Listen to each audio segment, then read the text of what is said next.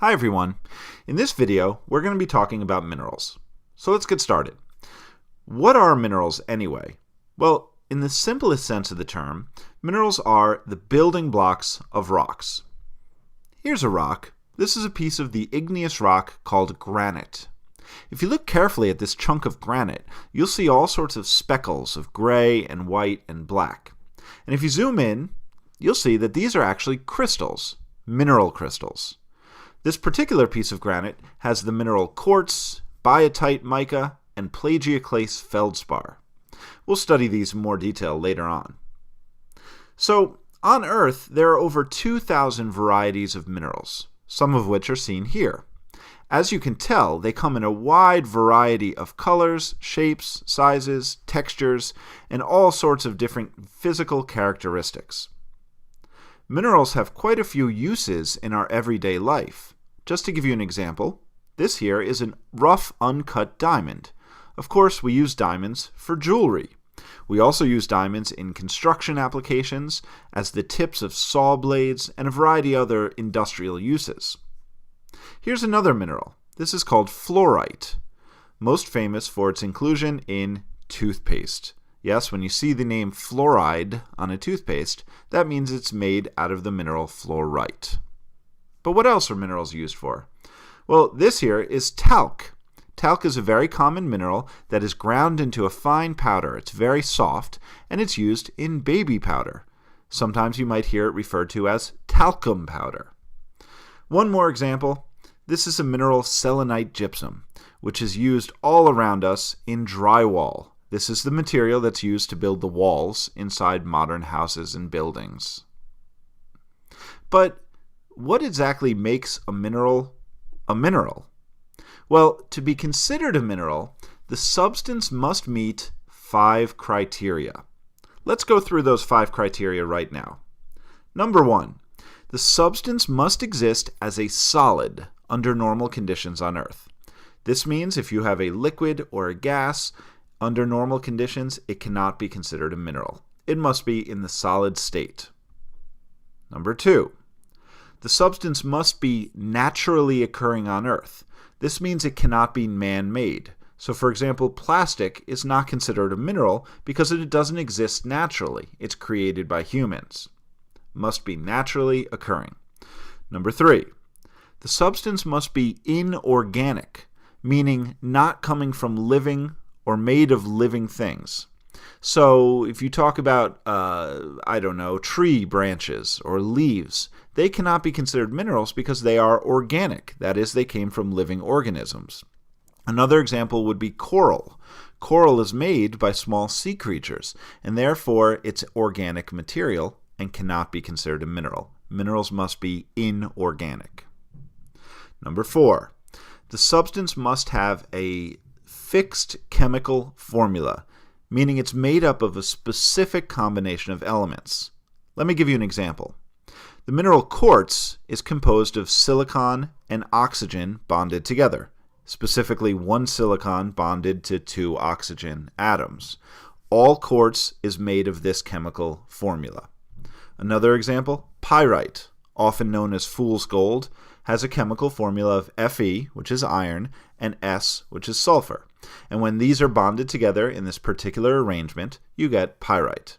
So criteria 4 is that the substance must have a specific or fixed chemical formula. Has to be made of a specific recipe, if you will, of elements. And then finally, criteria number 5. The atoms that make up the substance must be arranged in an orderly crystal structure, a specific structure. Let me give you an example of this. The majority of the minerals that exist on Earth's surface are considered silicates, and that means they're made up of, in part, silicon and oxygen. The silica tetrahedra is the most common arrangement of silicon and oxygen atoms within a mineral. It looks something like this model here, where the red balls of clay represent oxygen atoms and the gray is a silicon atom. And you can see they're bound together in this tetrahedra shape, and this becomes the most common building block of minerals on Earth. So that's what we mean when we say the atoms must be made up of a specific orderly structure. I'll give you another example of that in just a minute. So let's test ourselves a little bit. Here are those 5 criteria. Must be solid, naturally occurring, inorganic, have a fixed chemical formula, and a specific atomic arrangement. So, what about this pool of liquid mercury? Can this be considered a mineral? Well, if you look at criteria number 1, it says it must be a solid, and this clearly is a liquid, so sorry mercury, you're not a mineral. What about this chunk of bituminous coal? Well, if you know anything about coal, you would know that it's actually formed from ancient tropical plants that have been compressed and squeezed together for millions of years. So it is a solid, and it's certainly naturally occurring, but because it's made from plants, it is organic, and therefore it doesn't meet criteria number 3. And so coal is not considered a mineral. Well, what about ice? This is an interesting one. Let's go through our criteria. Is ice solid? Yes. And it does exist as a solid on at least some parts of the Earth, the poles specifically, and high up in mountains, you get water that exists naturally as a solid. So that's fine. Is it naturally occurring? Of course. There's quite a bit of ice naturally existing on Earth. It is not an organic material. It is not living. It never was living, and is not made by living things. It does have a fixed chemical formula, H2O, and it does have a specific atomic arrangement. So is it a mineral? Well, according to our criteria, yes, it is. However, there's a lot of debate about this, and some people think ice should not be considered it because most places on Earth it would exist as a liquid. So we'll give that one a question mark. What about this substance? This is sulfur. As you can see, sulfur exists as a solid. That's good. It's naturally occurring. It forms along volcanoes. It is inorganic, it's not living, and it never was living. It has a specific chemical formula. It's composed of the element sulfur. And it has a very specific atomic arrangement. If we could zoom in, we would see the atoms arranged in a specific way.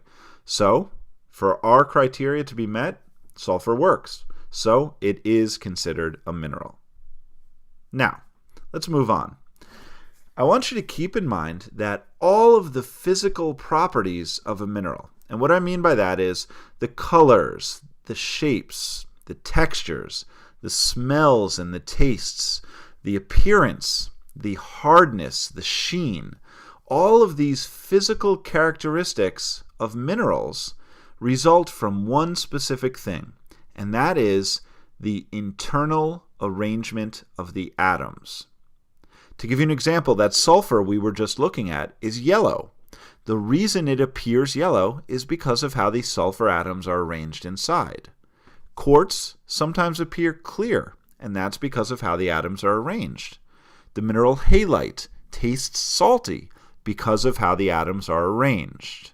The mineral sulfur, again, has kind of a rotten egg smell, and that's a result of the internal arrangement of atoms. So all of the physical properties result from how those atoms are arranged. Let me give you one really neat example of this. This is a diamond, the hardest mineral that exists on Earth. Fairly rare in nice, complete crystals. It is the hardest substance. It has a hardness of 10 on something called the Mohs hardness scale, which we will learn about. Now, diamond is composed of one element, and that is carbon. If you could zoom down inside this diamond, you would see the carbon atoms arranged in a pattern like this. Notice how all the atoms are interlocking, connected to one another. This creates a really strong bond, which is what makes diamond such a hard mineral. But let's look at a different mineral. Did you ever wonder what made a pencil write? A lot of people have the misconception that it's lead. It's actually not lead. It's a mineral known as graphite. Interestingly enough, graphite, like diamond, is made up of only carbon. But if you look at how the carbon atoms are arranged, they're arranged into these sheets, which are not very well connected. The result is that though it's made of the same elements as diamond, it's a much, much softer, weaker mineral. So again, what gives these minerals their physical characteristics is how the atoms are arranged inside. So let's do a quick recap. First thing we talked about was how minerals are the building blocks of rocks. how they have lots and lots of uses on Earth. To be considered a mineral, it must meet our 5 criteria. It must be a solid, it must be naturally occurring, it must be inorganic, it must have a specific composition, and finally, it must have a definite structure. Thanks for listening.